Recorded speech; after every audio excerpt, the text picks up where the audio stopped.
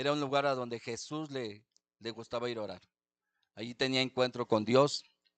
Y también sabía el Señor que en ese monte de Getsemaní iba a ser esa oración eh, para pedirle al Señor, como dice en Lucas 22:42, que si es posible pasar de esa copa de Él, que se haga su voluntad y no la de Él. Voy a leerles un poco la agonía emocional y espiritual de Jesús que tuvo en ese monte de Getsemaní, dice. Jesús se enfrenta a una agonía emocional y espiritual tan intensa que su sudor se convierte en gotas de sangre. Un fenómeno conocido como hematidrosis, causada por estrés extremo. En Lucas 22:44 se dice que Jesús estaba en tal angustia que oraba con más intensidad, lo que demuestra el nivel de sufrimiento que estaba experimentando.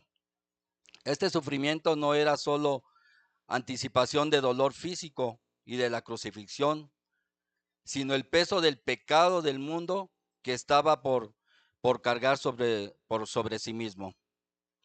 En ese sentido, el cáliz que menciona es la ira de Dios contra el pecado, una separación momentánea del Padre debido a la carga del pecado, algo que Jesús nunca había experimentado.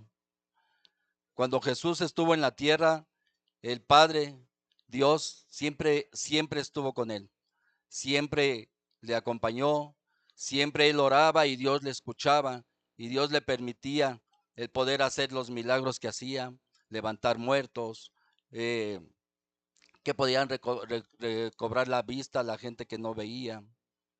Todos esos milagros era porque la voluntad del Padre así era. Él oraba y le pedía al Señor que le permitiera poder hacer esos milagros. Por eso era constante la oración, como lo que hacemos aquí, venir a orar para que el favor de Dios se haga en nuestras vidas. Lo mismo hacía el Señor y es un claro ejemplo que Dios nos pone, que sin oración no podemos hacer nada. Sin la presencia de Dios en nuestras vidas no podemos hacer nada. Entonces aquí Jesús, Jesús no se mortificaba porque él iba a cargar el pecado del mundo, el pecado de cada uno de nosotros. Él no se mortificaba por eso. Él no se mortificaba porque iba a ser crucificado en esa cruz. Eso a él no le mortificaba. Su mortificación del Señor en ese monte de Getsemaní era porque Dios lo iba a abandonar. Esa era más su mortificación. Por eso él entró en ese extremo, en ese estrés extremo, porque sabía que Dios le iba a abandonar para que él pudiera cumplir el propósito de Dios, que era la salvación de todos y cada uno de nosotros en ese monte de Getsemaní. Por eso Dios dice aquí que él sudaba sangre. Y era tanto su clamor. Estaba viendo un relato que él subió a orar con Pedro y Pedro se quedó dormido cuando él estaba orando. Bajó del monte Getsemaní y le dijo, ¿qué no pudieron orar una hora conmigo? No pudieron hacerlo. Y él bajó y volvió a subir al monte de Getsemaní, a volver a decirle al Señor que si era posible no pasar esa copa. Y esa copa era la ira de Dios en su vida. Después de que él era santo, él no tenía pecado alguno, pero él hizo ese sacrificio por amor por cada uno de nosotros. Amén. Dice, y entonces él fue obediente, él oró al Señor que si era posible, él obedeció. Dice, aunque Jesús pide que el cáliz pase de él, su oración culmina con una sumisión absoluta a la voluntad del Padre. No se haga mi voluntad, sino la tuya. Él le pidió que si era posible pasar a esa copa. Y si no, pues haga su voluntad y no la nuestra. En Lucas 22:42, como leímos, como le dijo, hágase tu voluntad y no la nuestra. Este es el momento culminante de su obediencia, a pesar del terror y la angustia que Jesús se somete voluntariamente al plan redentor de Dios, demostrando que aunque completamente humano, demostrando que aunque completamente humano, está dispuesto a cumplir su misión divina. Este acto de sumisión es clave para entender la obra de salvación. Solo a través de la obediencia perfecta de Cristo fue posible el sacrificio que redimiría a la humanidad del pecado. Yo me pregunto, les pregunto, ¿qué hubiese pasado si nuestro Señor Jesús se hubiera negado y no hubiera hecho el sacrificio? Estaríamos condenados al infierno. No estaríamos aquí. Entonces yo leyendo esto, ese sacrificio fue por amor a nosotros, porque nos ama de una manera increíble. Y Dios dio a su Hijo, también Dios estaba sufriendo porque sabía lo que iba a pasar Jesús. Sabía que entregó a su Hijo por el perdón de nuestros pecados, que los que deberíamos de haber estado en esa cruz éramos nosotros. Pero Él cumplió el propósito de su Padre. Él lo cumplió y lo cumplió por amor, por ti y por mí, por amor. Y a veces todavía hasta la actualidad no entendemos ese sacrificio que Él hizo por nosotros. No comprendemos porque todavía seguimos pecando. Todavía seguimos haciendo cosas que no le agradan al Señor. Todavía somos orgullosos. Todavía somos mentirosos. Todavía a veces insultamos, a veces nos alteramos, gritamos. Y eso yo estaba leyendo y a veces esas cosas que nos pasan cotidianamente a todos. Porque yo como he dicho, yo luego traigo la moto y a veces se me atraviesan y molesta, molesta. Pero tenemos un Dios de amor, un Dios que nos espera en ese Getsemaní, en ese monte que podía ser nuestra casa, nuestro cuarto, nuestra habitación para poder pedirle perdón todos los días, para orar por Él, para que nos perdone por todo lo que pasa en nuestras vidas diarias. Hermanos, preguntaría yo, ¿ustedes darían su vida por mí? ¿Por mis errores? ¿Ustedes se pusieran por mí? Si a mí me juzgaran para ir a la cárcel, alguien de ustedes interviniera para que fueran ustedes en lugar que yo lo hiciera, ¿lo harían? No, no, nadie intervenía. El único que dio su vida por nosotros fue Jesús, a pesar de que Él era santo, a pesar de que Él sabe y nos conoce cómo somos cada uno de nosotros, a pesar de que no merecíamos,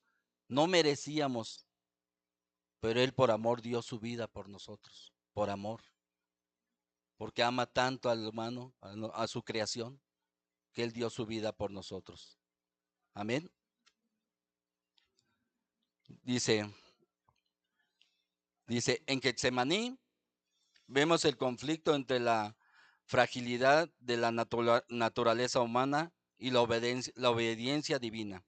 Jesús, en su humanidad, expresa un deseo natural de evitar el sufrimiento. Sin embargo, en su divinidad, sabe que debe cumplir con el propósito redentor. Este es un recordatorio poderoso de que el discipulado y la obediencia a Dios a menudo implica lucha interna, sacrificio y sufrimiento. Obedecer a Dios, hacer lo que Dios manda, implica luchas. Obedecer lo que Dios nos dice en su palabra nos implica sacrificios. Ejemplo, el estar aquí, a veces nosotros no queremos venir. No nos queremos levantar porque probablemente es el único día que tienes de descanso. Y el alabar a Dios y venir a su casa implica esto, sacrificio, una lucha interna en nosotros, luchar, ay, me levanto, ay, no voy, bueno, mejor voy el domingo. Es una lucha, el estar aquí en su presencia, el venir es una lucha. Los domingos, los días de los miércoles, es una lucha diaria. Estamos luchando con nuestra carne, pero tenemos el Espíritu de Dios que nos redarguye. El Espíritu de Dios lo tenemos dentro de nosotros que nos incita, porque no sé si les ha pasado y se han quedado a casa y no están tranquilos. No estamos tranquilos. Yo recuerdo que antes le decía a mi esposa, no, vamos a quedarnos, vamos a trabajar. Mejor vamos a, pues ves que no nos alcanza para pagar esto, pagar el otro. Y nos quedábamos y no estábamos tranquilos. Y de todas maneras ni vendíamos. Nos quedábamos y no vendíamos. No vendíamos y no había tranquilidad en nuestro corazón. Porque después mi esposa, ay, ya ves, mejor nos hubiéramos ido. ¿Me regalan agua? Dice, ya ves, mejor nos hubiéramos ido. Y es una lucha porque estamos pensando en la renta, estamos pensando en pagar esto, pagar lo otro, o tenemos flojera y no venimos. Y no venimos. Y cuando venimos, una vez dice mi esposa, pues vámonos y regresando abrimos. Ay, no, ya regresando vamos a regresar bien tarde. Ya no vamos. Hermano, ese día le dije, órale, pues vámonos. Hermano, regresamos como 9:30 de la noche o 10. Lo que no vendimos en todo el santo día lo vendimos de las 10 a las 12 de la noche. Amén. Gloria a Dios. Dios es bueno. Dios es bueno, por eso dice su palabra, busca primero mi reino y su justicia. Y todo lo demás vendrá por añadiduría. Por eso hay que buscar aquí, el ejemplo es Dios. Él busca, él siempre buscaba de la presencia de su Padre. Él siempre oraba, él siempre clamaba, pedía dirección. Él siempre lo hacía. Amén.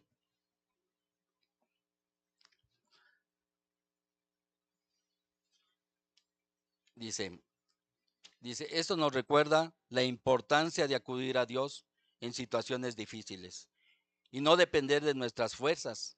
La oración no siempre cambia las circunstancias, pero sí nos fortalece para enfrentar lo que venga, y esto implica a renunciar a nuestro propio control y deseos en las decisiones diarias, y que no debemos imponer nuestra voluntad, sino alinearlos con los propósitos de Dios.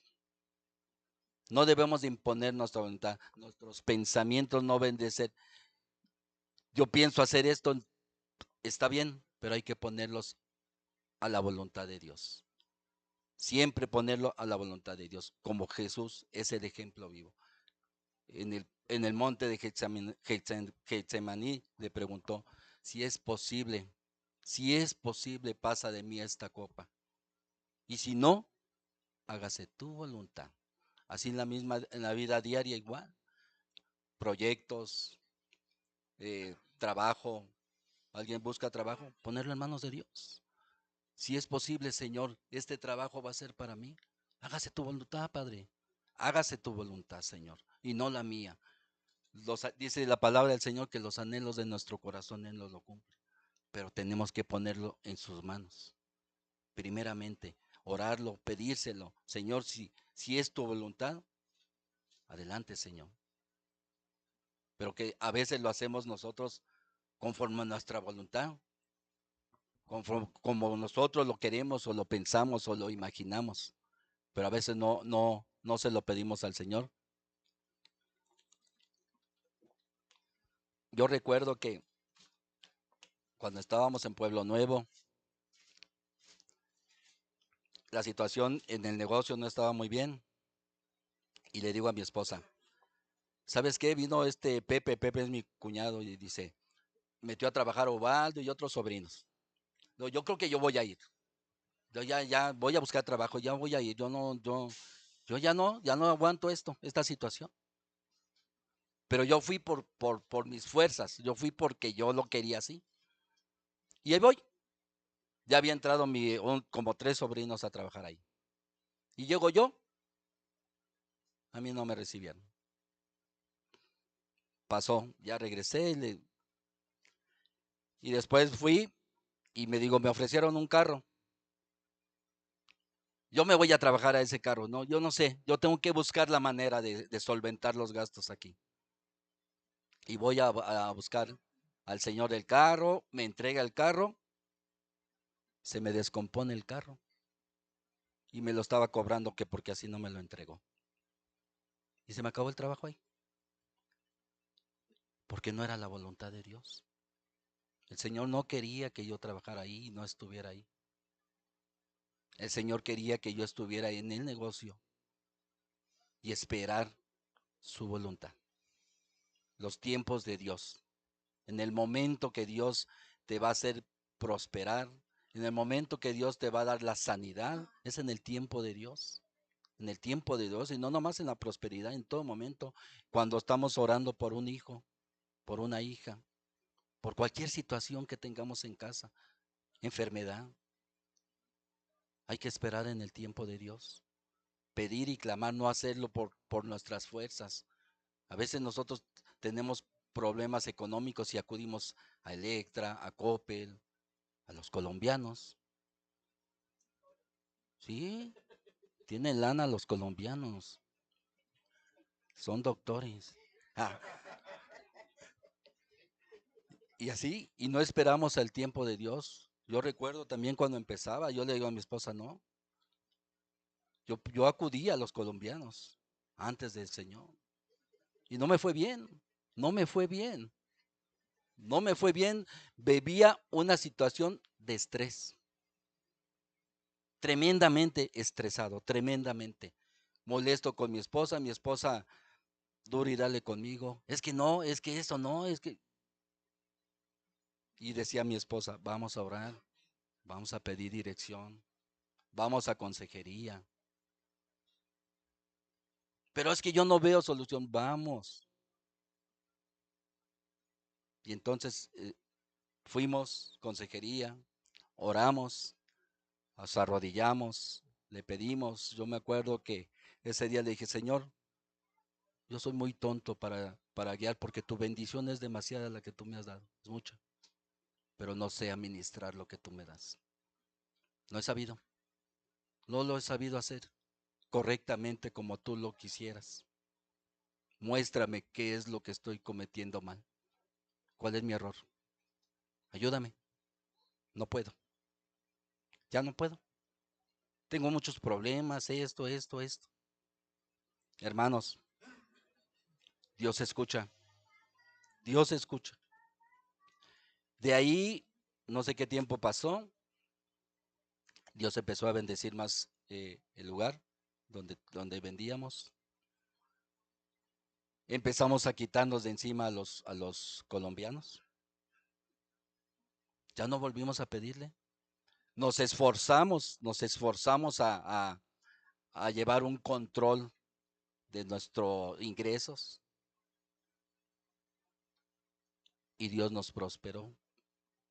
Dios nos enseñó, Dios nos mostró cómo hacerlo, cómo direccionar, cómo administrar. Y todo eso es gracias a Dios. Pues, luego yo digo, todo lo que hay es porque Dios nos lo permite, es porque Dios nos lo da, porque Él es nuestro proveedor, Él nos guía, Él nos fortalece, Él nos da dirección. Bendito sea el Señor, alabado sea el Señor. Amén. Dice, esto nos enseña que en la vida, aunque nuestras circunstancias sean difíciles o incómodas, debemos estar dispuestos a aceptar la voluntad de Dios, confiado en que su plan es mejor que el nuestro, aun cuando no lo comprendamos en este momento.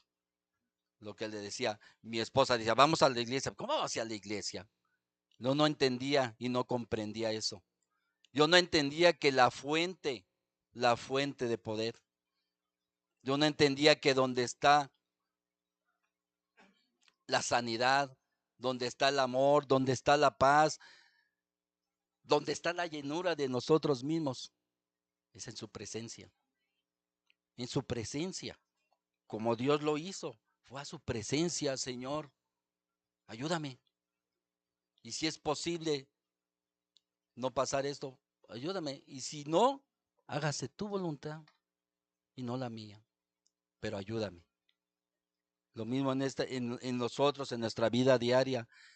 Hay que pedirle al Señor que nos ayude, que nos fortalezca. Yo no sé qué estemos pasando en estos momentos, qué situación tengas, pero Dios, si doblamos, si vamos a Getsemaní, si vamos a ese monte, como Dios lo hizo, y nos arrodillamos y le clamamos y le pedimos que nos quite eso que tenemos, que se haga su voluntad. Nosotros ponemos la petición y la voluntad de Dios va a ser. Amén. Amén. Y dice, cuando no lo comprendemos en este momento, en Romanos 12:2 dice, y nos adaptemos a este mundo, sino transformados, y no, ay, y no nos adaptemos a este mundo, sino transformándonos por medio de la renovación de nuestro entendimiento, para que comprobéis cuál es la buena voluntad de Dios, agradable y perfecta. Amén. Amén. Pues hermanos, nos ponemos de pie, por favor.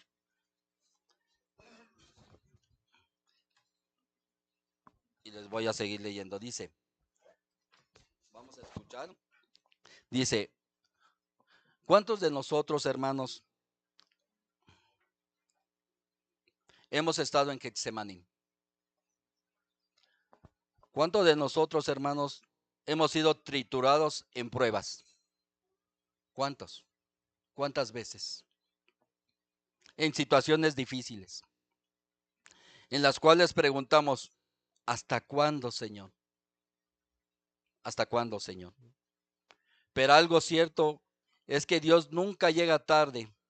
El tiempo de Dios es perfecto. Es el que Dios da y volvemos a la voluntad de Dios, que es buena, agradable y perfecta. Que aún en tiempos difíciles, confiar ese plan redentor a uno y con nuestras vidas. Confiemos, hermanos, en su palabra que dice que nunca cambia, que es fiel y verdadera, que es inspirada por Dios. Tomemos de ejemplo a Jesús, que a pesar de esa angustia extrema que sentía, a pesar de que podía haber renunciado a pasar este dolor indescriptible, esa sensación de abandono del Padre, a pesar de que pudo haberlo evitado, por amor a nosotros, no lo hizo. Por amor a este pecador, que somos tú y yo. Jesús mostró su amor soportando así el dolor, pero mirándonos a nosotros. Cuando clavaban, cuando clavaban sus manos en la cruz, cuando ponían esa corona de espinas, cuando lo flagelaban, cuando lo clavaban sus pies, nos miraba a nosotros. Y por esas decisiones que tomó Jesús al morir en la cruz, es llevado al Evangelio hasta el último de la tierra. Se escucha de su palabra, por eso se escucha de su palabra, por eso confiemos en el plan bendito de nuestro Dios. Amén. Bendito Padre, Señor.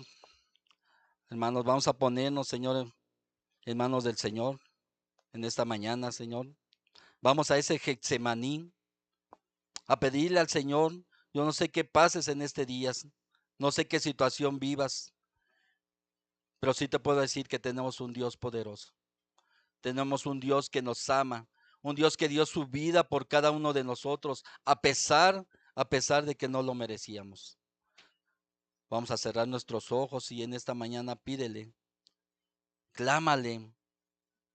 Dice su palabra, clama a mí y yo te responderé. Y Él te responderá.